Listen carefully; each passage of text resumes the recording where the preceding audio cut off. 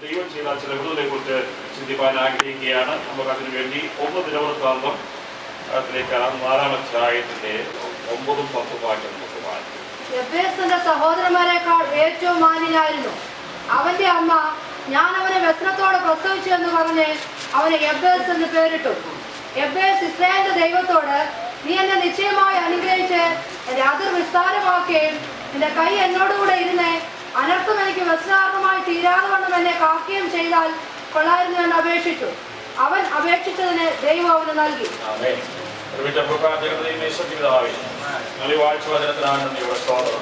ഇവിടത്തിലൂടെ പരിശുദ്ധാത്മാവിനെ ഹൃദ്യമായി സംസാരിക്കുന്നതിനായി പ്രാർത്ഥിക്കുന്നു.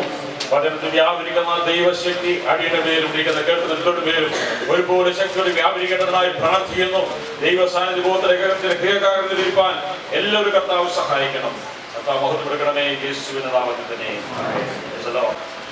ഓരോ ഗോത്രങ്ങളുടെയും പേര് വിവരങ്ങൾ കുലകുലമായി കുടുംബമായി എഴുതിക്കൊണ്ടിരിക്കുമ്പോൾ ഈ യഹൂദ ഗോത്രത്തിന്റെ ചരിത്രം പറയുന്ന ദൈവദാസനിൽ നിന്ന് പെട്ടെന്ന് ദൈവത്തിന്റെ ആത്മാവ് ഒരു വ്യക്തിയിലേക്ക് ശ്രദ്ധ കേന്ദ്രീകരിച്ച് 2 വാക്യങ്ങളിൽ ഈ യബ്ബേസ് എന്ന് പറയുന്ന ഭക്തന്റെ ജീവിതത്തിൽ ദൈവം ചെയ്ത അനുഗ്രഹങ്ങളെ കുറിച്ച് പറയുവാനിടയായി. അതാണ് നമ്മൾ വായിച്ചു കേട്ടത്. പല ഈ യബ്ബേസിനെ കുറിച്ച് ഒരുപക്ഷെ ഞാൻ തന്നെ പ്രസംഗിച്ചിട്ടുണ്ട്, അനേക ദൈവദാസൻ പ്രസംഗിച്ചിട്ടുണ്ട്. ഏത് ദൈവഭക്തനും ഏത് കാലത്തും ധ്യാനിക്കുവാനും പഠിക്കുവാനും പ്രസംഗിക്കുവാനും പറ്റിയ തക്കതായ ദൂതുള്ളതായ 2 വാക്യങ്ങളാണ് ഇന്ന് പലക്കാലം നാം വായിച്ചത്.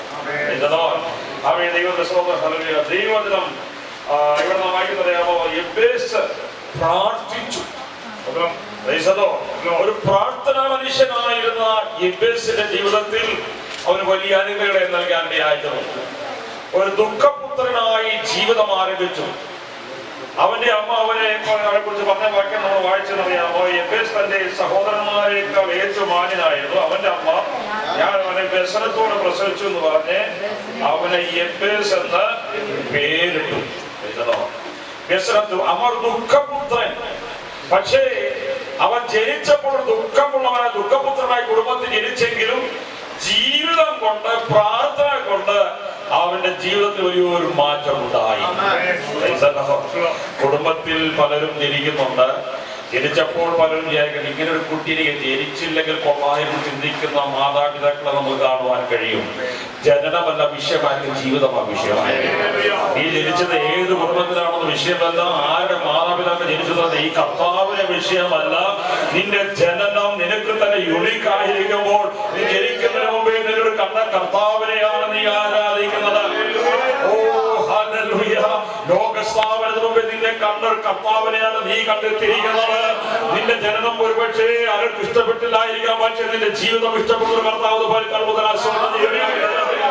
ഒരു യബ്ബേസ് ദുഃഖപുത്രനായ മാതാവിനെ ജനിച്ചെങ്കിൽ അവൻ ഒരു കാര്യം തീരുമാനമെടുത്തു. ഇസ്രായേലിന്റെ ദൈവത്തോട് ഞാൻ പ്രാർത്ഥിക്കുമ്പോൾ എന്റെ മാതാപിതാക്കളുടെ സ്ഥിതിക്ക് മാറ്റം വരാൻ പോവുകയാണ്.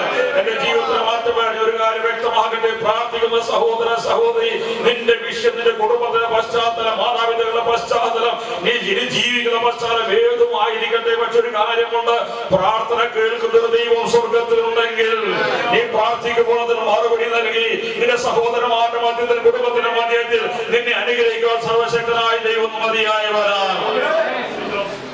അറിയാമെന്ന് പലരും പല കുടുംബങ്ങളിൽ നിന്ന് പല സാമുദായിക സാഹചര്യങ്ങളിൽ നിന്ന് രക്ഷിക്കപ്പെട്ടതാണ്. ഒറ്റയ്ക്ക് രക്ഷിക്കപ്പെട്ട പലരുണ്ട്. കത്തോലിക്ക കുടുംബത്തിൽ പല സമുദായം രക്ഷിക്കപ്പെട്ട് വന്നവരുണ്ട്. ഞാൻ തന്നെ സ്ഥാനപ്പെടുത്തി ഒരുപേര് കൂടിയിരിപ്പുണ്ട്. എന്നാൽ അവർക്കൊക്കെ ഇന്ന് വളരെ സന്തോഷം അറിയാമോ? ഞങ്ങളുടെ മാതാപിതാക്കൾ ഞങ്ങൾ രക്ഷിക്കപ്പെട്ടപ്പോൾ, സ്നാനപ്പെട്ടപ്പോൾ, ദൈവകൃപയിലേക്ക് വന്നപ്പോൾ ഞങ്ങളെ നിന്ദരായി എണ്ണി ഞങ്ങളെ തള്ളിക്കളഞ്ഞു, ഉപേക്ഷിച്ചു. പക്ഷെ ഉപേക്ഷിക്കാത്തൊരു ദൈവം ഞങ്ങളെ മാനിച്ചു. അവർക്കാർക്ക് ലഭിക്കാത്ത സമാധാന സന്തോഷം തന്ന് അനുഗ്രഹം തന്ന സന്തോഷത്തോടെ വായിച്ച വാക്യങ്ങനെയാണ്. യബ്ബേസ് ഇസ്രായേലിന്റെ 9-ാമത്തെ വാക്യം വായിക്കുന്നു. യബ്ബേസ് തന്റെ സഹോദരന്മാരെക്കാൾ ഏറ്റവും മാന്യനായിരുന്നു. അപ്പൊ യബ്ബേസ് മാന്യനല്ല, ഏറ്റവും മാന്യനായിരുന്നു. അപ്പൊ യബ്ബേസിന് സഹോദരന്മാരുണ്ട്. അവിടെ വായിച്ച വാക്യാണ് യബ്ബേസ് തന്റെ സഹോദരന്മാരെക്കാൾ ഏറ്റവും. അപ്പൊ സഹോദരന്മാര് മാന്യന്മാരായിരുന്നു, പക്ഷെ എബേസോ അവരെക്കാളൊക്കെ എന്ത് ചെയ്യുന്നു? ഏറ്റവും മാന്യനായി തീർന്നു. പ്രാർത്ഥിക്കുന്ന എബേസിനെ കുറിച്ച് ദൈവത്തിന്റെ പരിശുദ്ധാത്മാവിന് പറയാൻ കഴിയുന്ന മാന്യന്മാരുടെ കൂട്ടത്തിൽ ഏറ്റവും മാന്യനാക്കുവാൻ പ്രാർത്ഥിക്കുന്ന സഹോദരനെ കൊണ്ട് കർത്താവിനെ കഴിയും, സഹോദരത്തിനെ കൊണ്ട് കർത്താവിനെ കഴിയും. ഇന്ന് പകൽക്കാലം 43-4 വാക്യം പറയുന്ന പോലെ ഞാൻ നിന്നെ വിലയേറിയവനും മാന്യനുമായി എണ്ണിയിരിക്കുന്നു എന്ന് ദൈവം കണ്ടിരിക്കുന്നെങ്കിൽ ഈ ലോകം നിന്നെ വിലയേറിയവനെ കണ്ടില്ലായിരിക്കാം, മാന്യനായി കണ്ടില്ലായിരിക്കാം. ഒരുപക്ഷെ നിന്നെ നോക്കിയിട്ട് നിന്റെ സൗന്ദര്യം കുറവായിരിക്കും, വിദ്യാഭ്യാസം കുറവായിരിക്കും, പേഴ്സണാലിറ്റി കുറവായിരിക്കും. ഒരു സഭ നിനക്ക് മാനി തന്നിരുന്നു വരാം, കുടുംബത്തിന് മാനി തന്നിരുന്നവരും ആരും നിന്നെ മാനിച്ചില്ലെങ്കിലും സ്വർഗത്തിൽ ദൈവം ഡിക്ലെയർ ചെയ്തിരിക്കുകയാണ്, ഞാൻ നിന്നെ വിലയേറിയവനും മാന്യനുമായി കണ്ടിരിക്കുന്നു. ദിവസമുണ്ട് എത്ര പേർക്ക് വിശ്വസിക്കാനായിട്ട് നീ സ്വയം മാന്യനാവാൻ ശ്രമിക്കാതെ എബേസിനെ പോലെ ദൈവസനെ പ്രാർത്ഥിക്കാൻ തയ്യാറാകുമ്പോൾ നീ പ്രാർത്ഥിക്കുന്ന ദൈവം നിന്റെ പ്രാർത്ഥനയ്ക്ക് മറുപടി നൽകി നിന്നെ ഏറ്റവും മാന്യനാകുന്ന ദാനിയേൽ പ്രവചനം ഞങ്ങൾ എല്ലാ ബുധനാഴ്ചയും പഠിച്ചുകൊണ്ടിരിക്കുകയാണ്. 9-ാം അധ്യായം പഠിച്ചപ്പോൾ ഒരു കാര്യം ഞാൻ കണ്ടെത്തിയെന്നറിയാമോ? ദാനിയേൽ യിരെമ്യാ പ്രവചനം പഠിച്ചുകൊണ്ടിരുന്നപ്പോൾ എനിക്ക് കാര്യം മനസ്സിലായി. 70 വർഷം കൊണ്ട് ഇസ്രായേലിന്റെ പ്രവാസം തീരും. ഉടനെ തന്നെ ദാനിയേൽ മുട്ടുകുത്തി യിരെമ്യാ പ്രവചനത്തെ കണക്കരച്ച് ദൈവം പറയുന്നത് താൻ പ്രാർത്ഥിക്കുകയാണ്, സർവശക്തനായ ദൈവമേ, ഞങ്ങൾ പാപം ചെയ്തു, ഞങ്ങളുടെ പിതാക്കന്മാർ പാപം വികടമായി നടന്നു, മത്സരിച്ചു, തെറ്റു ചെയ്തു. താനങ്ങ് ശക്തിയോടെ കണ്ണുനീരുടെ ഏകലടിച്ച് നിലവിളിച്ച ആ നിമിഷത്തിൽ സ്വർഗത്തിൽ നിന്ന് ദൂതൻ ഇറങ്ങി ഭൂമിയിലേക്ക് ഇറങ്ങി വന്നു. 21-ാം ദിവസമാണ് ദൂതനെ കണ്ടതെങ്കിലും ദൂതൻ ഒരു കാര്യം പറയുന്നറിയാമോ? ഏറ്റവും പ്രിയനായ ദാനിയേലേ, നിന്റെ പ്രാർത്ഥനയുടെ ആരംഭത്തിൽ തന്നെ മറുപടിയായി പുറപ്പെട്ടു വന്നു. ദൈവത്തിന്റെ മക്കളാകുവാൻ ദൈവം ഭാഗ്യം തന്നു, ദൈവത്തിന്റെ പ്രിയ മക്കളാകുവാൻ ഭാഗ്യം ലഭിച്ചിട്ടുണ്ട്. ഇതിനെന്നാൽ ഇതിന്റെ മധ്യത്തിൽ ഏറ്റവും പ്രിയരാകുവാൻ എത്ര പേർക്ക് സാധിക്കും? ദാനിയേലിനെ പോലെ നിഷ്കളങ്ക ജീവിതം നയിക്കാൻ തയ്യാറാണെങ്കിൽ, പ്രാർത്ഥിക്കാൻ തയ്യാറാണെങ്കിൽ, വിമർശിക്കാൻ തയ്യാറാണെങ്കിൽ, ഏൽപ്പിച്ചു കൊടുക്കാൻ തയ്യാറാണെങ്കിൽ സ്വർഗത്തിൽ ദൈവം നിന്നെ നോക്കി പറയട്ടെ, നീ എനിക്ക് ഏറ്റവും വിലയേറിയവരും ഏറ്റവും മാന്യനാണെന്ന് പറയാൻ സ്വർഗത്തിൽ ദൈവം പകൽക്കാലം നിന്ന് നമ്മുടെ മധ്യ കടന്നു വന്നിട്ട് നമ്മുടെ മധ്യ ഊലാവിക്കൊണ്ടിരിക്കുമ്പോൾ നിന്റെ അടുക്കൽ വന്നിട്ട് നിന്റെ അരികത്ത് നിന്നുകൊണ്ട് നിന്റെ ശരീരത്തിൽ തൊട്ടുകൊണ്ട് നീ എനിക്ക് ഏറ്റവും വിലയേറിയവനാണ്, മാന്യനാണെന്ന് പറയുന്നത് ഏറ്റവും വലിയ കാര്യം. ലോകത്തെ തള്ളിയാൽ ഉപേക്ഷിച്ചാൽ നമ്മൾ പരിഗണിച്ചില്ലെങ്കിലും നമ്മെ കാണുന്ന പരിഗണിക്കുന്ന ഒരു സ്വർഗം സ്വന്തതയായിട്ടെ. വായിച്ചത് ഇങ്ങനെയാണ്, എബേസിന്റെ സഹോദരന്മാരെക്കാൾ ഏറ്റവും മാന്യനാണ്. അവന്റെ അമ്മ അവനെ ഞാൻ വ്യസനത്തോട് പ്രസവിച്ചെന്ന് പറഞ്ഞ അവന് എബേസ് എന്ന് പേരിട്ടു. അവന്റെ അമ്മ വ്യസനത്തോടെ പ്രസവിച്ചു.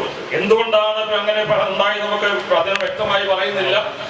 പക്ഷേ അവനെ ഗർഭം ധരിച്ച സമയം മുതൽ ഒരുപാട് ബുദ്ധിമുട്ട് അനുഭവിച്ചിരിക്കാം, പ്രസവ സമയത്ത് ഒരുപാട് ബുദ്ധിമുട്ട് അനുസരിക്കാം. പക്ഷെ പ്രസവിച്ച സമയത്ത് അവന് എബേസ് എന്ന് പേരിട്ടു. അത് വ്യസനത്തിന്റെ പുത്രൻ എന്ന് പേരിട്ടു. ചില വർഷങ്ങൾക്ക് മുമ്പ് റാഹേൽ എന്ന് പറയുന്ന സഹോദരി തന്റെ 2ാമത്തെ മകനെ പ്രസവിക്കാൻ സമയത്ത് അവൾ വളരെ വേദനപ്പെട്ട് കരഞ്ഞ് ആ ഒരു കുഞ്ഞിനെ പ്രസവിച്ചു. അവളുടെ വേദന കൊണ്ട് അവന് ബെനോനി എന്ന് പേരിട്ടു. ബെനോനി എന്ന പേരിന്റെ അർത്ഥം ദുഃഖത്തിന്റെ വ്യസനത്തിന്റെ പുത്രൻ എന്നാണ്. പക്ഷേ ഈ ബെനോനിയുടെ അപ്പൻ റാഹേലിന്റെ ഭർത്താവായിരിക്കുന്ന യാക്കോബ് അവൻ തന്റെ മക്കളെ കുറിച്ചൊരു ദർശനമുള്ളതായതുകൊണ്ട് ബെനോനി എന്ന പേര് മാറ്റിയിട്ട് അവന് ബെന്യാമീൻ എന്ന് പേരിട്ടു. ബെന്യാമീൻ എന്ന വാക്കിന്റെ അർത്ഥം എന്റെ വലം കൈയുടെ പുത്രൻ, എന്റെ സന്തോഷത്തിന്റെ പുത്രനാണ്. സ്വർഗത്തിലെ ഈ ലോകത്തിലെ മാതാപിതാക്കൾ ഒരുപക്ഷെ ഏതെങ്കിലും പേര് നിനക്ക് നൽകിയിരിക്കാം, ഒരുപക്ഷെ ഇഷ്ടപ്പെടാത്ത പേരായിരിക്കും. പക്ഷേ നിന്റെ പേരിന് മാറ്റം വരുത്തുവാൻ എന്റെ ദൈവത്തിന് പദ്ധതിയുണ്ട്. നിന്റെ പേരിനല്ല വിഷയമായിരിക്കുന്നത്, നിന്റെ ജീവിതത്തിലാണ് വിഷയമായിരിക്കുന്നത്. പ്രാർത്ഥിക്കുന്ന സഹോദര സഹോദരി, ഈ ദൈവശക്തിയോട് പ്രാർത്ഥിക്കാൻ തയ്യാറാകുമ്പോൾ നിന്റെ ജീവിതം വ്യസനമെന്ന് തെറ്റാണ് ലോകം എഴുതിയെങ്കിൽ അതിന്റെ മധ്യത്തിൽ ഏറ്റവും മാന്യനാക്കുവാൻ ദൈവത്തിന് പദ്ധതിയുണ്ട്. നമ്മുടെ ജന്മം തന്ന മാതാപിതാക്കളെ നമ്മൾ എത്രമാത്രം സ്നേഹിക്കുന്നു, ബഹുമാനിക്കുന്നു. കുഞ്ഞിനോട് കാര്യം വരട്ടെ, നിങ്ങളുടെ മാതാപിതാക്കളെ നിങ്ങൾ ബഹുമാനിക്കണം, നിങ്ങൾ സ്നേഹിക്കണം. നിങ്ങൾക്ക് ജന്മം നൽകിയ, നിങ്ങൾ പൂച്ചി വളർത്തിയ മാതാപിതാക്കളെ നിങ്ങൾ ബഹുമാനം. അവരോട് മത്സരിക്കരുത്, അവരൊരിക്കലും ദേഷ്യപ്പെടരുത്. അവരെന്ത് പറഞ്ഞാലും എന്ത് ശാസിച്ചാലും അവരുടെ മുമ്പൊക്കെ ക്ഷമയോടെ താഴ്ചയോടെ ഇരുന്നുകൊണ്ട് അതിന്റെ നന്മയ്ക്കാണെന്ന് പറയുവാൻ ഈ സമയത്ത് ഞാൻ ദൈവാത്മാവിൽ ബുദ്ധി ഉപദേശിക്കുകയാണ്. എബേസ് മാതാവിനെതിരായി നിന്നില്ല. പക്ഷേ എബേസ് ഒരു കാര്യം തീരുമാനിച്ചു, എന്റെ സ്ഥിതിക്ക് ഒരു മാറ്റം വരണം. അത് ഞാൻ പ്രാർത്ഥിക്കാൻ തയ്യാറാണ്. ഞാനൊരു കാര്യം പറയട്ടെ പ്രിയ സഹോദര, നിന്റെ സ്ഥിതി എന്താണ്?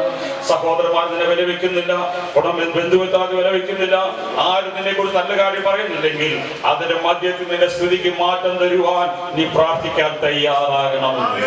53 സംഗീതം, യഹോവ തന്റെ ജനത്തിന്റെ സ്ഥിതി മാറ്റുമ്പോൾ യാക്കോബ് സന്തോഷിക്കുകയും ഇസ്രായേൽ ആനന്ദിക്കുകയും ചെയ്യും. യഹോവ തന്റെ ജനത്തിന്റെ സ്ഥിതി മാറ്റുമ്പോൾ, സഹോദര ദൈവത്തിന്റെ സ്ഥിതിക്ക് മാറ്റം വരുമ്പോൾ, സഹോദരന്റെ ദൈവത്തിന്റെ സ്ഥിതിക്ക് മാറ്റം വരുമ്പോൾ എനിക്ക് സന്തോഷിപ്പാനുണ്ട്, ആനന്ദിപ്പാനുണ്ട് എന്ന് പറയുവാനും കഴിയും. ദൈവം ഒരിക്കലും സന്തോഷയുടെ സ്ഥിതി മാറ്റിയതാണ് ദൈവത്തെ സ്തുതിക്കുകയാണ്. ഒരിക്കലും യോഗ്യതയില്ലാത്ത സ്ഥാനത്ത്, അർഹതയില്ലാത്ത സ്ഥാനത്ത്, ഒന്നുമില്ലാത്ത സ്ഥാനത്ത് എന്റെ സ്ഥിതിയെ മാറ്റുവാൻ സന്തോഷമുണ്ട്. സന്തോഷമുള്ള ദൈവത്തെ സ്തുതിക്കട്ടെ. ഹല്ലേലൂയ. ഒരുപക്ഷേ ഇന്ന് പകൽക്കാലം കടന്നു പോകുന്ന പാതകൾ, കടന്നു പോകുന്ന വഴികൾ അത്ര സുഖകരമല്ലായിരിക്കാം. പ്രതീക്ഷിക്കാത്ത ശമ്പളം കിട്ടുന്നില്ലായിരിക്കാം, പ്രതീക്ഷിക്കാത്ത പ്രമോഷൻ കിട്ടുന്നില്ലായിരിക്കാം, പ്രതീക്ഷിക്കുന്ന കാര്യം നടക്കുന്നില്ലായിരിക്കാം. മറ്റൊരു കാര്യമുണ്ട്, പ്രാർത്ഥന നീ മുടക്കണം.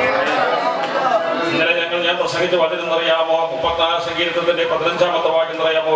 യഹോവയുടെ കണ്ണ് നീതിമാന്മാരുടെ മേലും അവന്റെ ചെവി അവരുടെ നിലവിളിക്കും തുറന്നിരിക്കുന്നു.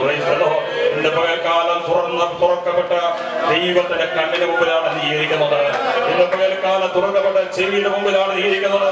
നിന്റെ ഉള്ളിൽ നീ നേരിടുന്ന വിഷയം, ഭാരപ്പെടുന്ന വിഷയം മനുഷ്യരാരും അറിയുന്നില്ല, ആരോടും പറയുവാൻ കഴിയുന്നില്ലെങ്കിലും ശ്രദ്ധ വെച്ച് കേൾക്കുന്ന സ്വർഗ്ഗ ദൈവനാമം ദിവസോദരയായിട്ട് നീ രഹസ്യത്തിൽ ചിന്തിക്കുന്ന കാര്യങ്ങൾ നിന്റെ നുറുകുന്ന സ്വർഗ്ഗം അറിയുന്നുണ്ട്. നിന്റെ സ്ഥിതിക്ക് മാറ്റം വരുത്തുവാൻ ദൈവം വിശ്വസ്തനാണ്. സ്ഥിതിക്ക് ദൈവം മാറ്റിയെങ്കിൽ മുഖപക്ഷമില്ലാത്തതായ കർത്താവ് ഇന്ന് പകൽക്കാലം നീ വചനത്തിനുമായി ഏൽപ്പിച്ചെടുക്കുമ്പോൾ വന്നതുപോലെ സ്ഥിതിക്ക് മാറ്റം വരുത്തുവാൻ കടന്നു പോകാനായി ഉറപ്പുള്ളവരായി, ധൈര്യമുള്ളവരായി, അനുഗ്രഹിക്കപ്പെട്ട് കടന്നു പോകുവാൻ ഇന്ന് പകൽക്കാലം കർത്താവ് നമ്മെ സഹായിക്കുവാനാകട്ടെ. നിന്റെ ശബ്ദം കേൾക്കുവാൻ ആർക്കൂടെ താല്പര്യമില്ല, നിന്റെ കഥന കേൾക്കുവാൻ ആർക്കും താല്പര്യമില്ല, നിന്റെ ഭാഗം കേൾക്കുവാൻ ആർക്കും താല്പര്യമില്ല. പക്ഷെ നിന്റെ കഥന കഥ കേൾക്കുവാൻ സ്വർഗമുണ്ട്.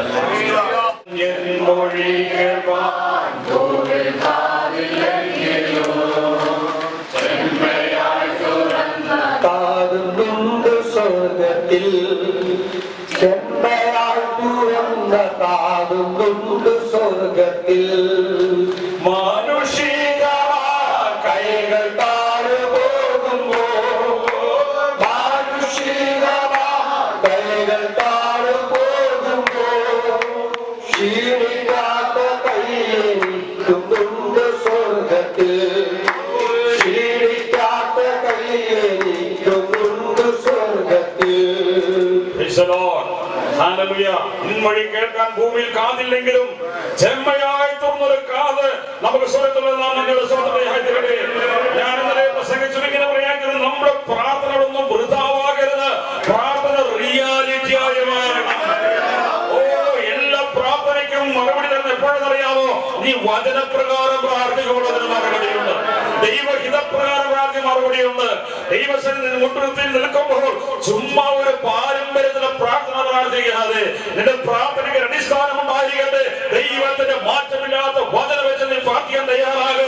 വചനം നിവർത്തിക്കാൻ ജാഗരിക്കുന്ന ദൈവം നിന്റെ പ്രാർത്ഥനയ്ക്ക് മറുപടി നൽകുവാൻ തയ്യാറായിത്തീരും. ദൈവഭക്തന്മാർ, ദൈവത്തെ സ്നേഹിക്കുന്ന ദൈവഭക്തന്മാരുടെ പേരിന് ദൈവം മാറ്റി വരുത്തിയിട്ടുണ്ട്.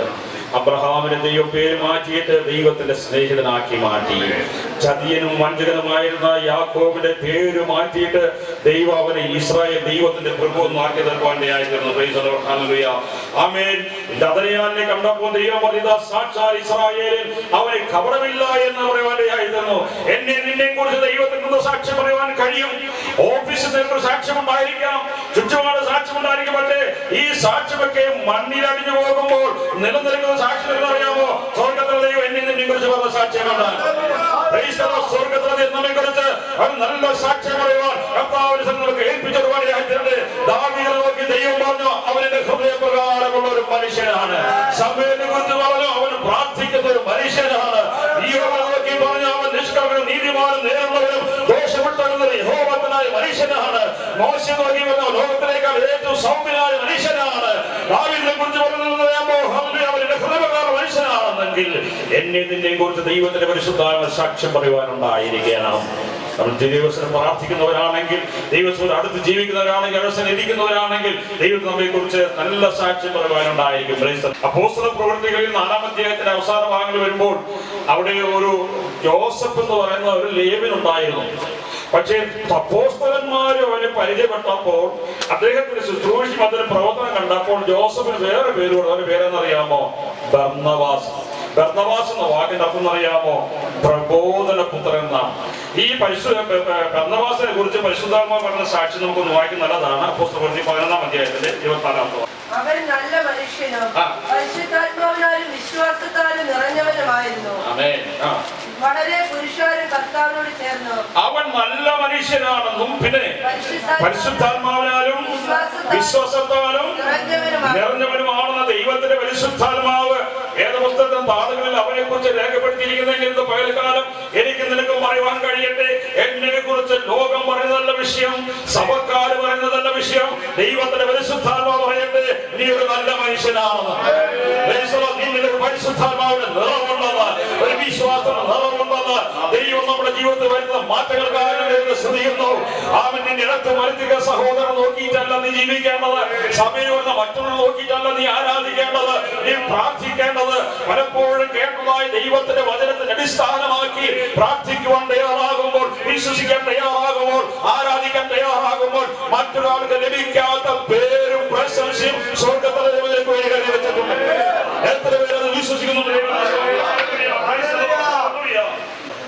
4-ാം അധ്യായം ഇങ്ങനെ ആരംഭിക്കുന്നു, വായിക്കാം.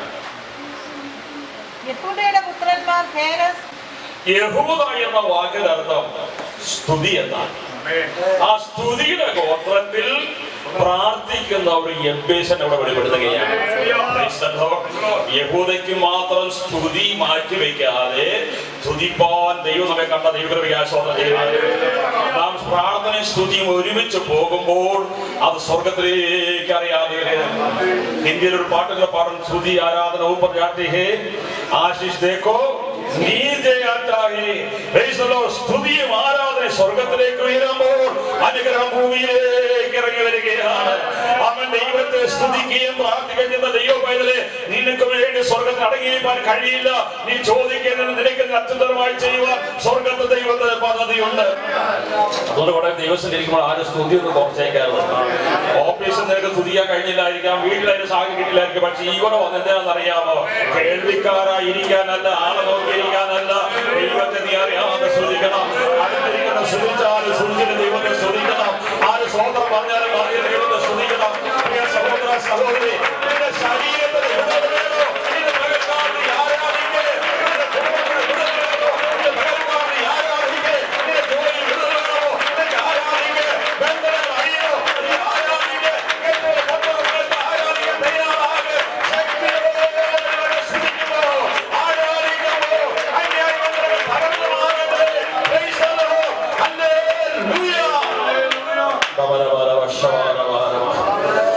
യഹൂദ ഗോത്രത്തിൽ ജനിച്ച ദൈവപുത്രനായ യേശു ക്രിസ്തു അങ്ങനത്തെ ആരാണെന്ന് അറിയാമോ?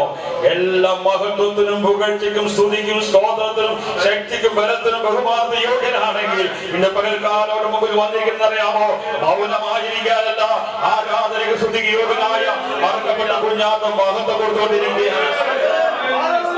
ഇത് പറഞ്ഞ ദാവീദ് ഒരിക്കൽ പറഞ്ഞു, സ്തോത്രസ്വരം കേൾപ്പിക്കേണ്ടതിനും നിന്റെ അത്ഭുത പ്രവൃത്തിയിൽ വർണ്ണിക്കേണ്ടതിന് ഞാൻ നിന്റെ യാഗപീഠത്തെ ഫലം വയ്ക്കുന്നു. ഇതാ ഒരു യാഗപീഠമുണ്ട്. യാഗപീഠത്തെ ഓർക്കുന്ന കർത്തൃമേശയുടെയുണ്ട്, യാഗപീഠമാകുന്ന യേശുവിനെയുണ്ട്, യാഗവസ്തുവാകുന്ന യേശുവുണ്ട്, യാഗത്തിന്റെ ശുശ്രൂഷകനായിരുന്ന മഹാവിദ്യ യേശു പലകാലമുണ്ട്. അവരെ കേൾക്കേണ്ടത് നിന്റെ വായിൽ വരുന്ന സ്തോത്രമാണ്, സ്തുതികളാണ്.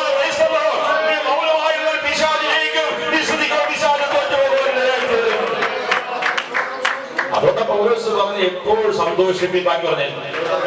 ഇവിടെ വരാതെ പ്രാർത്ഥിപ്പിനെ തരുടാതെ എല്ലാത്തിനും സ്തോത്രം എന്ന് പറഞ്ഞ ശബ്ദം കേൾക്കട്ടെ. എപ്പോഴും സന്തോഷിക്കുക, ഇവിടെ പ്രാർത്ഥിക്കുക, എല്ലാത്തിനും സ്തോത്രം ചെയ്യുക. അത് കൃപയുള്ളവനെ അങ്ങനെ കഴിയുള്ളൂ. എന്റെ വൈഫ് ഇങ്ങനെ പറഞ്ഞു, ബസ്സിൽ യാത്ര ചെയ്യുന്ന സമയത്ത് പെട്ടെന്ന് വണ്ടി സഡൻ ബ്രേക്ക് ഇട്ടു. ഇവളങ്ങനെ തെറിച്ച് മുന്നോട്ട് പോയപ്പോ സ്വതന്ത്രം എന്ന് പറഞ്ഞു. പെട്ടെന്നൊരു കന്യാസ്ത്രീ പട്ടിക ആരോടെ സ്തോത്രം പറഞ്ഞു. അവർക്ക് സ്തോത്രം അന്യമായിരിക്കുമ്പോൾ സ്തോത്രത്തിന് സൂത്രമുണ്ടെന്ന് മനസ്സിലാക്കിയവർ ദൈവമക്കൾ അത് ഇവിടുത്തെ മനസ്സിലാക്കിയ ദൈവമക്കൾക്കായി ഇസ്രായേലിന്റെ ദൈവത്തോട് നീ എന്നെ നിശ്ചയമായി അനുഗ്രഹിക്കണം. അനുഗ്രഹം വേണ്ടവരൊക്കെ കൈവയ്ക്കുകയും അനുഗ്രഹിക്കാൻ കർത്താവുന്ന കാലമാണ്. അവൻ അനുഗ്രഹിക്കുന്ന ദൈവമാണ്. അതുപോലെ എല്ലാവരും അനുഗ്രഹിക്കാൻ യേശുവാണ്. നീ അനുഗ്രഹിക്കപ്പെടുന്ന ആരും അനുഗ്രഹിക്കപ്പെടുന്നത് കുഞ്ഞാണ്ടിരിക്കുന്നതാൽ വീണ്ടെടുക്കപ്പെട്ട അവന് വേണ്ടി ജീവിക്കാൻ വേർപെട്ട സഹോദര സഹോദരി നീ അനുഗ്രഹിക്കപ്പെട്ടില്ല. പിന്നെ ആരാണ് അനുഗ്രഹിക്കപ്പെടുന്നത്? മറ്റൊരു കാര്യം അറിയാമോ? സ്വർഗത്തിൽ ഓർഡർ ഡിക്ലെയർ ചെയ്ത് കഴിഞ്ഞു. എഫെസ്യർ 1-3 ഇങ്ങനെ പറഞ്ഞു, സ്വർഗത്തിലെ സകല ആത്മീയ അനുഗ്രഹങ്ങളാലും ക്രിസ്തുയേശു നമ്മെ അനുഗ്രഹിച്ചിരിക്കുന്ന നമ്മുടെ കർത്താവിതാവായ ദൈവത്തിന്റെ സ്തോത്രം. ഓ സ്വർഗത്തിലെ സകല അനുഗ്രഹം ദൈവം നമ്മെ അനുഗ്രഹിച്ചിരിക്കുക. നമ്മുടെ അനുഗ്രഹം ഭൗതികമല്ല, ജഡികമല്ല, ലോകപരമല്ല, സ്വർഗീയ അനുഗ്രഹമാണ്.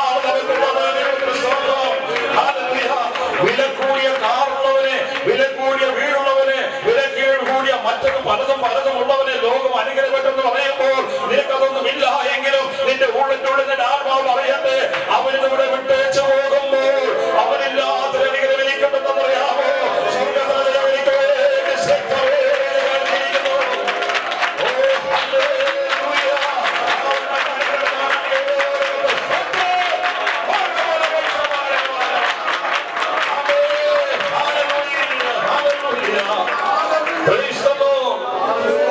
ദൈവം ഞാൻ നിശ്ചയമായി അനുഗ്രഹിക്കണം.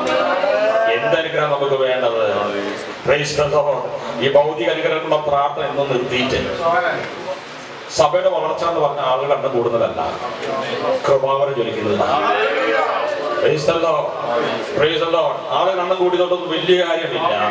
വലിയ എണ്ണമുള്ള ആളുകളുടെ സഭകളൊക്കെ നാം കണ്ടിട്ടുണ്ട്. പക്ഷെ നീ കുറച്ചു പേരുള്ള എങ്കിലും നീ കൂടുന്നിടത്തുനിന്നറിയാമോ ദൈവത്തിന്റെ പരിശുദ്ധാത്മാവിന്റെ കൃപാവരം കൊടുക്കുന്നു.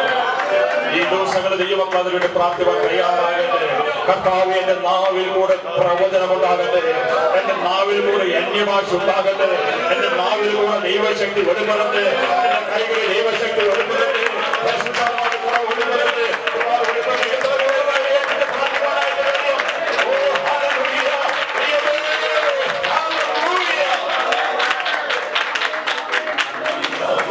യബേസ് പ്രാർത്ഥി ദൈവമേ നീ അനുഗ്രഹിക്കണം എന്നല്ല പറഞ്ഞത്. പിന്നെന്താ പറഞ്ഞത്? ഒന്ന് ശ്രദ്ധിച്ച് വായിച്ചെന്താ പറഞ്ഞത്? വെറുതെ അനുഗ്രഹിക്കണം. നീ എന്ത് ചെയ്യണം? നിശ്ചയമായിട്ടും അനുഗ്രഹിക്കണം. എത്ര പേർക്ക് അങ്ങനെ പ്രാർത്ഥിക്കാൻ കഴിയും? ഓരോ പ്രാർത്ഥന കർത്താവിൽ നിന്ന് നിശ്ചയമായിട്ട് ഞാൻ അനുഗ്രഹിക്കണം. അങ്ങനെ ഒരു അനുഗ്രഹം നമ്മൾ പ്രാപിക്കുമ്പോൾ സഭ വളരെ അനുഗ്രഹിക്കപ്പെട്ടു പോകുന്നതിനാണ്. യാക്കോബിനോട് ചോദിച്ച് യാക്കോബ് പറയും 7 വർഷം ഒന്നാമത്തെ വാരിക്കും, 7 വർഷം രണ്ടാമത്തെ വാരിക്കും, അടുത്ത 7 വർഷം സമ്പത്തിന് വേണ്ടി ലാബാന്റെ വീട്ടിൽ അടിമപ്പണി ചെയ്ത് സമയമായപ്പോൾ അവിടുന്ന് ഇങ്ങനെ ഭാര്യയും മക്കളും കുട്ടികളൊക്കെ ആയിട്ട് കെട്ടും കിടക്കിയായിട്ട് ഇങ്ങനെ പുറപ്പെട്ടു വന്നപ്പോൾ ഇതാ യാഗോബ് കടവിലെത്തി. സ്വന്തം അവിടെ വന്നിട്ട് ഈ ദൈവം അവർ മല്ലിടുകയാണ്, ചോദിക്കുകയാണ് എന്റെ പേരെന്താ? യാഗോബ്. എന്റെ പേര് യാക്കോബ്. ഈ ഇപ്പൊ ദൈവത്തോടെ മല്ലടിക്കുന്നത്, ഇനി നിന്റെ പേര് ഞാൻ മാറ്റാൻ പോകാം. പക്ഷെ ഒരു കാര്യം പറഞ്ഞു, എന്നെ അനുഗ്രഹിച്ചല്ലാതെ ഞാൻ നിന്നെ ഇന്ന് പലക്കാലം കർത്താവ് നിന്റെ മധ്യത്തിലുണ്ടെന്നല്ലേ, സഭയുടെ മധ്യത്തിലാവുന്ന കർത്താവിടെ മധ്യത്തിലുണ്ടോ? സഭായോഗത്തിലെ കർത്താവ് വന്നൊന്ന് വിശ്വസിക്കുന്ന സഹോദര സഹോദരി, ഇന്ന് പലകാലം ഒരു പ്രസംഗം കേട്ട് പോകാനല്ല. ഇന്ന് പലക്കാലം നിശ്ചയമായി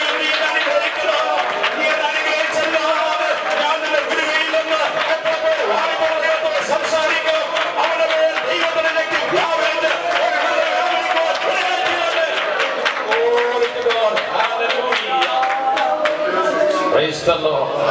നിശ്ചയമായി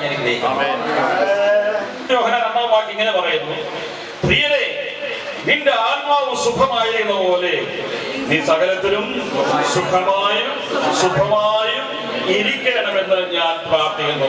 ഇംഗ്ലീഷ് കുറച്ചുകൂടെ വ്യക്തമായി നിന്നുണ്ട്. Beloved, thou mayest prosper and be healthy as thy soul prospers. നിന്റെ ആത്മാവ് സുഖമായിരുന്ന പോലെ നിനക്ക് പ്രോസ്പെരിറ്റി ഉണ്ടായിരിക്കണം, നിനക്ക് ഹെൽത്ത് ഉണ്ടായിരിക്കണം. ഇതിൽ കൂടാതെ നമുക്ക് എന്താ വേണ്ടത്? ആത്മീയമായി അനുഗ്രഹിക്കപ്പെട്ടു വരുമ്പോൾ അതിന്റെ പിന്നാലെ വരുന്ന കാര്യങ്ങളാണ് പ്രോസ്പെരിറ്റിയും ശാരീരികമായ സൗഖ്യം. ദൈവം അനുഗ്രഹിക്കുമ്പോൾ നാം അനുഗ്രഹിക്കുന്ന വിധങ്ങളാണ് പലകാലം ചിന്തിപ്പടിയായിട്ടെന്ന് അഭ്യർത്ഥിച്ച കർത്താവെ, നീ എന്നെ നിശ്ചയമായും അനുഗ്രഹിക്കണം. ഇത് പലകാലം മടങ്ങി പോകരുത്, വെറും കൈയോടെ മടങ്ങി പോകരുത്, അനുഗ്രഹത്തോടെ മടങ്ങി പോകരുത്.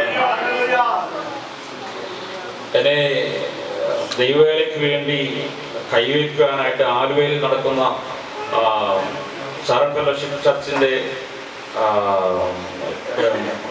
മന്ത്രി മീറ്റിംഗ് അല്ലെ മാസവും തന്നെ വിളിച്ചു. ശ്രേഷ്ഠന്മാരായ ദൈവദാസന്മാരുണ്ട്, എന്നെ വിളിച്ചു വരുത്തി എന്റെ തലയിൽ കൈവച്ച് പ്രാർത്ഥിക്കാനായിട്ട് എല്ലാ ദിവസന്മാരും കൂടി വന്നു. അതൊക്കെ എന്റെ തലയിൽ കൈവച്ച് എന്നെ അനുഗ്രഹിച്ചു. പിന്നെ ഞാൻ വീടെത്തുന്നവരെ എന്റെ തലയിൽ ഒരു കനമ, ഭയങ്കര ഭാരം. ആ കൃപയുടെ ശക്തി എന്റെ മേൽ ഇങ്ങനെ നിറഞ്ഞുകൊണ്ട് ഞാൻ കർത്താവിന്റെ ദൈവത്തെ സൂചിച്ചുകൊണ്ട് പോയി. എനിക്കൊന്നും പറയാൻ കഴിയുന്നില്ല, അത്രമാത്രം ഒരു ദൈവശക്തി എന്റെ മേൽ ഇങ്ങനെ വ്യാപുപന്നെ ആയിട്ട്.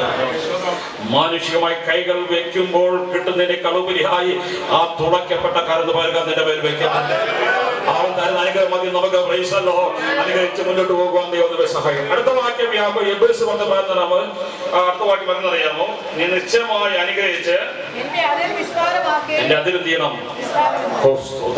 എത്ര പേർക്ക് ആഗ്രഹമുണ്ട് എന്റെ പ്രാർത്ഥന ജീവിതത്തിന്റെ അതിൽ വിസ്താരമാകണം, എന്റെ ആരാധന അതിൽ വിശ്രമാകണം, എന്റെ കൃപകളുടെ അതിൽ വിസ്താരമാകണം. പ്രിയ സഹോദരൻ, നീ ഇടുക്കത്തിരുന്നത് മതി, നെരുക്കത്തിരുന്നത് മതി, ഇങ്ങനെ ആരാധിച്ചത് മതി, ഇങ്ങനെ സ്തോത്രം മതി. എനിക്കൊരു വിശാലത വേണമെന്ന് ആഗ്രഹിക്കുന്ന ദൈവങ്ങൾ ദൈവത്തെ സ്തുതിക്കട്ടെ. ഓ, എത്ര പേർക്ക് ആഗ്രഹമുണ്ട് ഞാൻ യേശുവിനെ കണ്ടത്, രക്ഷിക്കപ്പെട്ട സ്ഥാനം കണ്ടത്, ഇങ്ങനെ ഇരിക്കുന്ന അവസ്ഥയിൽ മാറ്റം ഉണ്ടാവുക. എത്ര പേർ ആഗ്രഹിക്കുന്നുണ്ട്? അവർ ശക്തിയോടെ ദൈവത്തെ സ്തുതിക്കട്ടെ.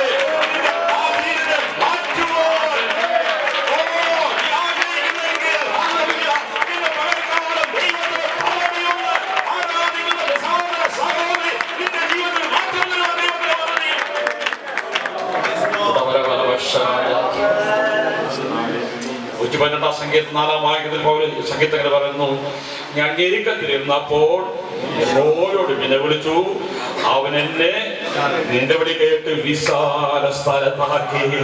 ഓ, ഞെരുക്കത്തെ കുറിച്ചൊരു ബോധം ഉണ്ടാകണം. ആദ്യത്തെ പരിമിതിയെ കുറിച്ച് ബോധമുണ്ടാകണം. നിന്റെ ആരാധന പരിമിതി നിറഞ്ഞതാണെന്നും സ്തോത്രം പരിമിതി നിറയാണെന്നും ശുശ്രൂഷ പരിമിതി നിറയണം. എത്ര പേർക്ക് ബോധമുണ്ട്?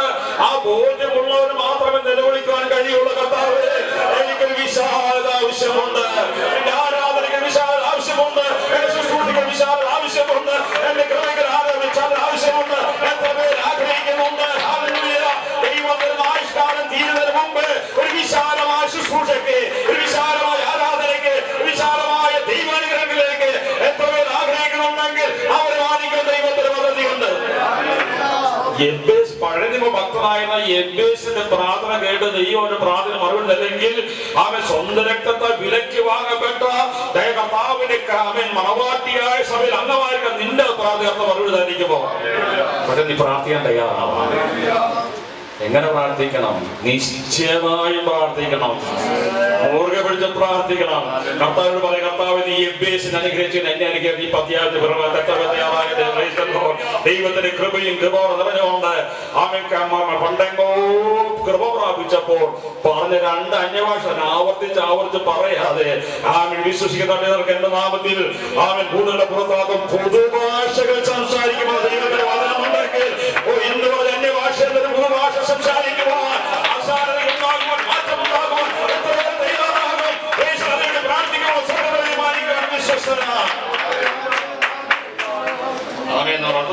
മുന്നോട്ട് പോകുന്നത് എന്നെ വിസ്താരമാക്കി. പിന്നെ നിന്റെ കൈ എന്നോട് കൂടെ ഇരിക്കാം. അവൻ പോകുന്നിടത്തൊക്കെ ദൈവസാന്നിധ്യം അവൻ ആവശ്യമില്ല. നീ എന്നോട് കൂടി ഇരിക്കുക, നിന്റെ കയ്യനോട് കൂടി ഇരിക്കുന്നു പറഞ്ഞാൽ അവൻ എവിടെ പോയാലും ദൈവസാന്നിധ്യം അവനോട് കൂടെ ഉണ്ടായിരിക്കും. യേശു പറഞ്ഞ എങ്ങനെയാണ്? ഞാൻ ലോകാവസാനത്തോളം എല്ലാ നാളും ഓരോ ദിവസം ദൈവസാന്നിധ്യത്തിൽ എത്ര പേര് കൂടെ ഉണ്ട്? നീ എല്ലാ നാളും യേശു നിന്നോട് കൂടെ ഉണ്ടെങ്കിൽ മാസികകളിൽ കാണുന്ന വാരഫലം നോക്കരുത്, ഹോറോസ്കോപ്പ് നോക്കരുത്. അങ്ങനെയാണ് നോക്കുന്നത്. പലകാലം മാനസത പെട്ടോളണം. വല്ല മാസിയും കണ്ട പത്രം കണ്ടാൽ ഉടനെ ഇന്നത്തെ ദിവസം അത് നീ നോക്കണ്ട, യേശു നിന്നോട് കൂടെയുണ്ട്. ഇന്നത്തെ ദിവസം എനിക്ക് ദൈവം തന്ന ദിവസം, അനുഗ്രഹത്തിന്റെ ദിവസമാണ്, അവിടുത്തെ ദിവസമാണ്. ജാതികൾ ഹോറോസ്കോപ്പ് നോക്കട്ടെ, അവരെ വാരവരം നോക്കട്ടെ, നിന്നോട് കൂടെ യേശു പേൽക്കാലമുണ്ടെങ്കിൽ ഈ ദിവസം അനുഗ്രഹിക്കേണ്ട ദിവസമാണ്. അവൻ എല്ലാ നാളും നമ്മോട് കൂടെയുള്ള ദൈവമാണ്. മുന്നോട്ട് പോകണേ, യേശു കൂടെ വേണം കേട്ടോ. നീ മുന്നോട്ട് പോകുന്നില്ലെങ്കിൽ നീ പിന്മാറ്റത്തിനാണ്. ജനത്തെ നടത്തുന്ന മോശയ്ക്ക് ദൈവത്തോട് ഒരു ഡിമാൻഡ് ഉള്ളൂ, തിരുസാന്നിധ്യം എന്നോടെ പോരുന്നില്ലെങ്കിൽ എന്നെ നീ പറഞ്ഞയക്കരുത്. ദൈവസാന്നിധ്യമില്ലാത്ത ഒരു ദിവസം പോലും നമ്മുടെ ജീവിതത്തിൽ ഉണ്ടാകുവാൻ ഇടയാകാതിരിക്കട്ടെ. നിന്നെ വായിച്ചത് നിന്റെ കൈ എന്നോട് കൂടെ ഇരുന്ന്. ഈ വാക്യമൊക്കെ എടുത്ത് വായിച്ചാലോ, നെഹമ്യാവിന്റെ എസ്തേറിന്റെ പുസ്തകം എടുത്ത് വായിച്ചാൽ ദൈവത്തിന്റെ കൈ ഞങ്ങൾക്ക് അനുകൂലമായിരുന്നു, ദൈവത്തിന്റെ കൈ അനുകൂലമായിരുന്ന നെഹമ്യാവും എസ്തേറും പറയുന്നുണ്ട്. കാരണം അറിയാമോ, അവർ അഹവ ആറ്റിങ്കലിൽ ഉപവസിച്ചപ്പോൾ പോകുന്ന വഴികളൊക്കെ ദൈവത്തിന്റെ കൈ അവർക്ക് അനുകൂലമായിരുന്നെങ്കിൽ പ്രാർത്ഥിക്കുന്ന ഉപവസിച്ച സഹോദര സഹോദരി, തീർച്ചയായിട്ടും ദൈവത്തിന്റെ കൈ നിനക്ക് അനുകൂലമായി വരെയായിത്തീരും. അങ്ങനെയാണ് റോമാലേഖനത്തിൽ പൗലോസ് പറഞ്ഞ വാക്ക് നമുക്ക് പറയാൻ കഴിയും. ദൈവം നമുക്ക് അനുകൂലമെങ്കിൽ, ബാക്കി പറഞ്ഞ ദൈവം നമുക്ക് അനുകൂലമെങ്കിൽ, ലോകം നിനക്ക് അനുകൂലമല്ലെങ്കിലും, നിന്റെ സൂപ്പർവൈസ് അനുകൂലമല്ലെങ്കിലും, ആര് നിനക്ക് അനുകൂലമല്ലെങ്കിലും ഉറക്കനെ പ്രഖ്യാപിക്ക, ദൈവം എനിക്ക് അനുകൂലമാണ്. ജോലി മണ്ഡലങ്ങളിൽ, ഔദ്യോഗിക മണ്ഡലങ്ങളിൽ പലയിടത്തും നമുക്ക് പ്രതികൂലമായ കാര്യങ്ങൾ മുന്നോട്ട് വരുമ്പോൾ, നിന്നെ ന്യായീകരിക്കാൻ ആരുമില്ലാതിരിക്കുമ്പോൾ, അവരുടെ മധ്യത്തിൽ ഓഫീസിൽ വിളിച്ചു പറയാൻ കഴിയില്ല, ജോലി സ്ഥലത്ത് വിളിച്ചു പറയാൻ കഴിയില്ല. പക്ഷെ നിങ്ങളുടെ ബാത്റൂമിൽ അവിടെ വിളിച്ചു പറയാൻ ദൈവം എനിക്ക് അനുകൂലമാണ്. ഒന്ന് ഞാൻ ആ ദൈവം എനിക്ക് അനുകൂലമാണ്, അവന്റെ കരം എന്നോട് കൂടെയുണ്ട്. ഇതുവരെ അവനെ നടത്തിയില്ലേ? 121 സങ്കീർത്തനകാരൻ പറയുന്ന പോലെ, പകൽ സൂര്യനെങ്കിൽ രാത്രി ചന്ദ്രനെങ്കിൽ ബാധിക്കാതെ ഉയർന്നാത്ത മയങ്ങാത്ത ഒരു നല്ല കർത്താവ് അനുകൂലമുള്ളതാണ്. എത്രമാത്രം ദൈവത്തെ സ്തുതിക്കണം. എന്നോട് കൂടെ ഇരുന്ന് പിന്നെ അനർത്ഥം എനിക്ക് വ്യസനകരമായി തീരാതെ വണ്ണം എന്നെ കാക്കുകയും ചെയ്താൽ.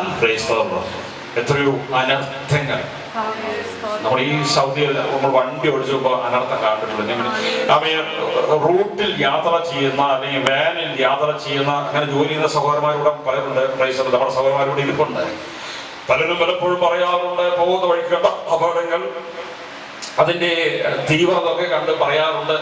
നമ്മളും വണ്ടി ഓടിച്ചൊക്കെ പോകുന്നത്, പക്ഷെ നമ്മളും കാണാറുണ്ട്. പക്ഷെ അതിന്റെ മധ്യത്തിലൊക്കെ ഇന്നുവരെ നമുക്ക് ആർക്കും ദോഷം സംഭവിക്കാതെ നമ്മെ കാത്ത് പരിപാലിക്കുന്ന ദൈവത്തിലേക്ക് എത്രമാത്രം ദൈവത്തെ സ്തുതിക്കണം. 91 സങ്കീർത്തനം പോലെ നിന്റെ കാൽ കല്ലിൽ തട്ടിപ്പോകാതിരിക്കേണ്ടതിന് അവൻ നിന്റെ കരങ്ങളിൽ വഹിച്ചുകൊള്ളു. അവൻ ദൂതന്മാരോട് കൽപ്പിച്ചിട്ടുണ്ടെങ്കിൽ എനിക്കും നിനക്ക് വേണ്ടി ദൂതന്മാരെ കൽപ്പിച്ച സ്വതന്ത്രത്തെ. ഒരു കാര്യം ഓർക്കണം, നിനക്ക് അനർത്ഥം സംഭവിക്കാത്ത കാരണം എന്നറിയാമോ? പല കാരണങ്ങളുണ്ടെങ്കിലും 1-2 കാര്യം മാത്രമേ പറയുന്നുള്ളൂ. 1, നിനക്ക് വേണ്ടി പ്രാർത്ഥന ഒരു കൂട്ടം നിന്റെ ചുറ്റുപാടുകൾ. 2, നിനക്കായി ചൊരിയപ്പെട്ട യേശുവിന്റെ രക്തമാണ്. ആ രക്തത്തിൽ ആശ്രയിച്ച് നീ പ്രാർത്ഥിച്ച് മുന്നോട്ട് പോകുമ്പോൾ അനേകർക്ക് അനർത്ഥം സംഭവിക്കുമെങ്കിലും നിന്നെ ദുഷ്ടബാധകൾക്കാകുന്ന ദൈവത്തിൻ്റെ സ്വതന്ത്രയായി തീരട്ടെ. നിങ്ങളെ പക്ഷെ ഞാൻ വിശ്വസിക്കുന്ന നിങ്ങളെക്കാൾ അധികം വർഷത്തെ കാലം ഈ മരുഭൂമിയിൽ എനിക്കുണ്ട്. ഞാൻ ഇയേഴ്സ് എന്ന് പറയുന്നത്, അപ്പൊ നിങ്ങളുടെ പ്രായം അതുകൊണ്ട് അത് പറയാൻ പോകുന്നില്ല. പക്ഷെ നീണ്ട വർഷങ്ങളാണ് ഞാൻ എൻ്റെ ജീവിതം മുന്നുകൂടിയാണ് കഴിച്ചു കൂട്ടുന്നത്. പക്ഷേ ഇന്ന് വരെ വണ്ടി ഓടിച്ച് പലങ്ങളും പോയിട്ടെങ്കിലും ഒരർത്ഥം സംഭവിക്കാൻ ഇടയാക്കിയില്ല. ആ ദൈവത്തിന്റെ കാരണം. എന്റെ ഡ്രൈവിംഗ് എടുക്കല്ല, ഞാൻ ഇവിടെ വന്നതിന് ശേഷം വണ്ടി ഓടിക്കാൻ പഠിക്കണം. പക്ഷെ എന്റെ ഡ്രൈവിംഗ് എടുക്കല്ല, എന്റെ ബുദ്ധിയല്ല, ജ്ഞാനമല്ല. ഓരോ ദിവസവും രാവിലെ ഇറങ്ങുമ്പോൾ കർത്താവ് മുമ്പിൽ പോകുന്ന വാഹനത്തെയും പിമ്പിൽ പോകുന്ന വാഹനത്തെയും ഇടത്തും വലത്തു പോകുന്ന പൗരങ്ങളൊക്കെയും കർത്താവിന്റെ കരങ്ങളെ വെച്ച് പ്രാർത്ഥിക്കുമ്പോൾ വാഹനത്തെ യേശുവിന്റെ മുതലുമ്പോൾ ആമേൻ അനർത്ഥമൊന്നും വ്യസനമായി തീരാതെ സൂക്ഷിക്കുന്ന ദൈവത്തിന്റെ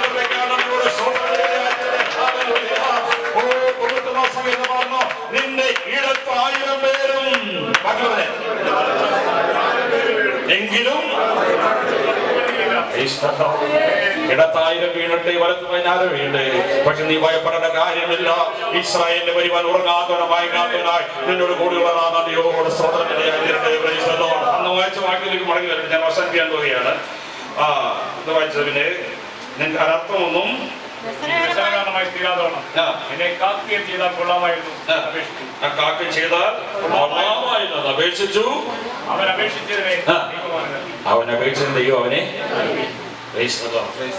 ഒരു ഹന്ന പ്രാർത്ഥന കഴിഞ്ഞ് എഴുന്നേറ്റത് എങ്ങനെയേറ്റത്? പിന്നെ അവളുടെ മുഖം സഹോദരൻ അവൾക്ക് നല്ല ഉറപ്പുണ്ടായിരുന്നു. പ്രാർത്ഥന ദൈവം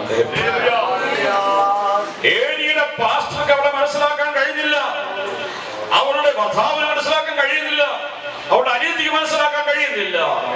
അവളുടെ കണ്ണുനീരുമായി ദൈവത്തിനെ കടന്നല്ല ദൈവത്തോട് ഹൃദയം പകർന്നപ്പോൾ അവൾ എഴുന്നേറ്റെന്നറിയാമോ? പിന്നെ വാടിയ മുഖത്തോടെയല്ല സന്തോഷത്തോടെ മടങ്ങിരുവാനായി തീർന്നു.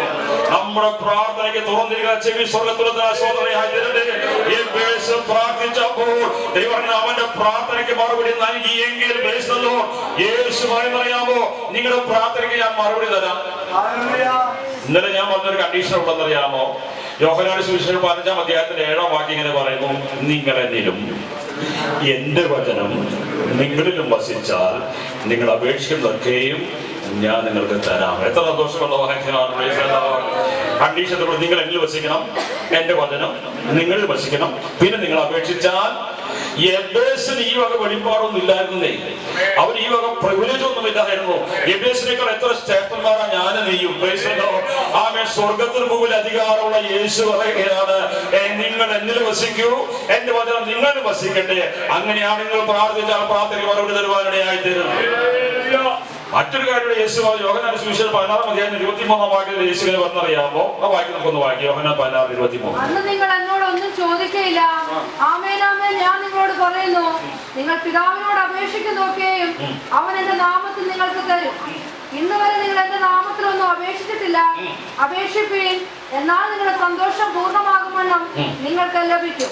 അവസാനം പറഞ്ഞ വാക്കെന്നറിയാമോ?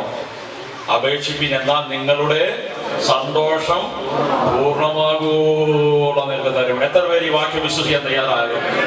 എത്ര പേര് വാക്യം വിശ്വസിക്കാൻ തയ്യാറാകും? യേശു പറഞ്ഞു, എന്റെ നാമത്തിൽ നിങ്ങൾ പിതാവിനോട് ചോദിക്കുമ്പോൾ എങ്ങനെ തരാമെന്ന് പറഞ്ഞറിയാമോ? നിങ്ങളുടെ സന്തോഷം പൂർണ്ണമാകൂളം നിങ്ങൾക്ക് തരും. പ്രാർത്ഥന ദൈവം നൽകിയെങ്കിൽ നിന്റെ ഹാലിൽ വിക്കിപ്പിക്കുന്നറിയാലും ദുഃഖത്താലും ഭാരത്താലും ദൈവമാകെ സങ്കടങ്ങൾ പകരുമ്പോൾ ഓർത്തുകൊള്ളുന്ന കാതോർത്തിക്കുന്ന ദൈവമുണ്ട്. നിന്റെ പ്രാർത്ഥന മറുപടി നൽകാൻ കാത്തിരിക്കുന്ന ദൈവമുണ്ട്. Are you willing to meet the condition? യോഹന്നാൻ 5:14 നമ്മൾ ഇങ്ങനെ വായിച്ചു, അവന്റെ ഇഷ്ടപ്രകാരം എന്തെങ്കിലും അപേക്ഷിച്ചാൽ അവൻ നമ്മുടെ അപേക്ഷ കേൾക്കുന്നു എന്നുള്ളത് നമുക്ക് ഒരു ധൈര്യമാണ്. കണ്ടീഷനാ. അവന്റെ ഇഷ്ടപ്രകാരം അവന്റെ ഇഷ്ടം എന്താണെന്ന് ദൈവത്തിൽ വെളിപ്പെടുത്തിയിട്ടുണ്ട്. വചനപ്രകാരം പ്രാർത്ഥിക്കുമ്പോൾ അവന്റെ ഹിതപ്രകാരം പ്രാർത്ഥിക്കുമ്പോൾ പ്രാർത്ഥനയ്ക്ക് മറുപടി നൽകുവാൻ ദൈവം വിശ്വസ്തനാണ്. യബ്ബേസ് പ്രാർത്ഥിച്ച കാര്യങ്ങളൊക്കെ ദൈവം മറുപടി നൽകി. ഇന്ന് പകൽക്കാലം നമ്മുടെ കണ്ണുകളയ്ക്കാം. ആ യബ്ബേസിന്റെ ദൈവം എന്റെ നിന്റെ ദൈവമാണ്. യബ്ബേസിന്റെ പ്രാർത്ഥന മറുപടി നൽകുന്ന പ്രാർത്ഥന. ഇന്ന് എല്ലാവരും കണ്ണുകളടച്ചാൽ എല്ലാവരും ദൈവത്തെ സൂചിച്ചാട്ടെ. എത്ര പേരെന്ന് ദൈവം വകയേൽപ്പിച്ചു തുടങ്ങി യബ്ബേസിനെ ചേർന്ന് പ്രാർത്ഥിക്കർത്താവേ, നീ എന്നെ നിശ്ചയമായും എന്നെ അനുഗ്രഹിക്കണം. എത്ര പേര് ദൈവത്തിന് ആത്മാർത്ഥമായി പ്രാർത്ഥിക്കപ്പെട്ടവരാണ്, സ്നാനപ്പെട്ടവനാണ്, ദൈവത്തിൽ വന്നവനാണ്, അഭിഷേകം പ്രാപിച്ചവനാണ്. പക്ഷേ അവന്റെ ജീവിതത്തിൽ അനുഗ്രഹങ്ങൾ ഇതുവരെ എന്നെ പോലെ പ്രാപിച്ചിട്ടില്ല. ആത്മീയങ്ങളുടെ കുറവ് എന്റെ ജീവിതത്തിൽ കാണുന്നു. എന്റെ കർത്താവിനെ നിശ്ചയമായി എന്നെ അനുഗ്രഹിക്കണം. നീ ആഗ്രഹിക്കുന്ന രീതിയിൽ ആത്മീയമായി അനുഗ്രഹിക്കപ്പെടാൻ എന്നെ ദൈവങ്ങളെ ഏൽപ്പിച്ചു തരുന്നു. എന്റെ അതിർമൊന്ന് വിസ്താരമാക്കണം. എത്ര പേര് പ്രാർത്ഥിക്കാൻ തയ്യാറാകും? എന്റെ ആരാധന അതിർമൊന്ന് വിസ്താരമാകുവാൻ, എന്റെ പ്രാർത്ഥന ജീവിതത്തിൽ അതിന് വിസ്താരമാകുവാൻ, എന്റെ കൃപകളുടെ വിസ്താരം അതിന് വിസ്താരമാകുവാൻ, കൃപകളുടെ വിസ്താരത്തിൽ അതിന് വിസ്താരമാകുവാൻ, എന്റെ ശുശ്രൂഷകൾ അതിന് വിസ്താരമാകുവാൻ എത്ര പേര് ദൈവശക്തിയുടെ പ്രാർത്ഥനയുടെ കൈതീരും. പ്രാർത്ഥനകൾ അനുഗ്രഹിച്ച ദൈവം എന്റെ പകൽക്കാല സഹോദരൻ നിന്റെ അടുത്തുണ്ട്, നിന്റെ മധ്യത്തിൽ നിൽപ്പുണ്ട്, നിന്റെ അരികിൽ നിൽപ്പുണ്ട്. നീ നിലവിളിക്കുവാൻ കേൾക്കുവാൻ അവന് കാത്തുകൾ തുറന്നിരിക്കുന്നെങ്കിൽ ഇന്ന് പകൽക്കാലം ഒരു ഗുരുതര ദിവസമായി തീരട്ടെ.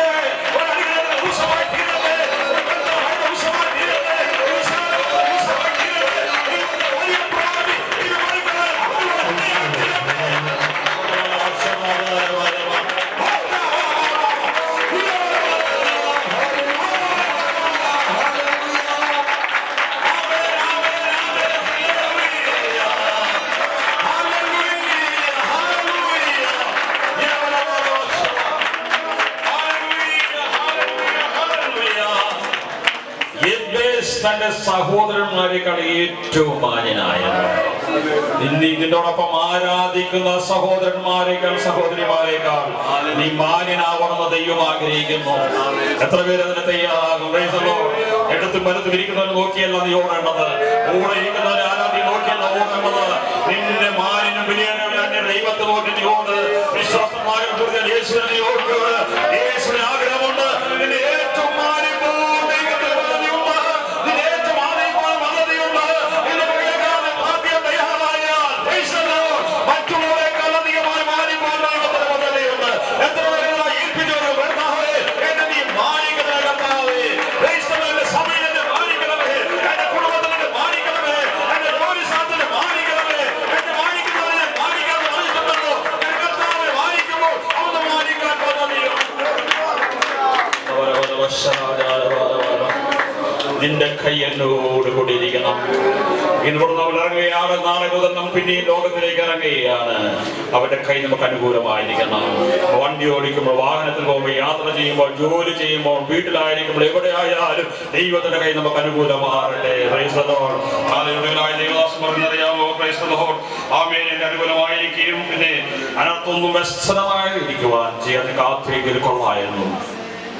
ആപത്തുകൾ, അനർത്ഥങ്ങൾ നിറഞ്ഞതാണ് ഈ ലോകം. ലോകം നമുക്ക് അനുകൂലമല്ല. മോഷ്ടിപ്പാൻ, അറുക്കാനും മുടിപ്പാനുമായി കള്ളൻ ചുറ്റി നടക്കുകയാണ്. അതിന് മധ്യത്തിൽ ദൈവം നമ്മെ സംരക്ഷിക്കാൻ വിശ്വസ്തനാണ്. അവരുടെ ഏൽപ്പിൽ പ്രാർത്ഥന തയ്യാറാകുമ്പോൾ ദൈവമായി കർത്താവ് അനുഗ്രഹിക്കും. ദൈവം അനുഗ്രഹിക്കും.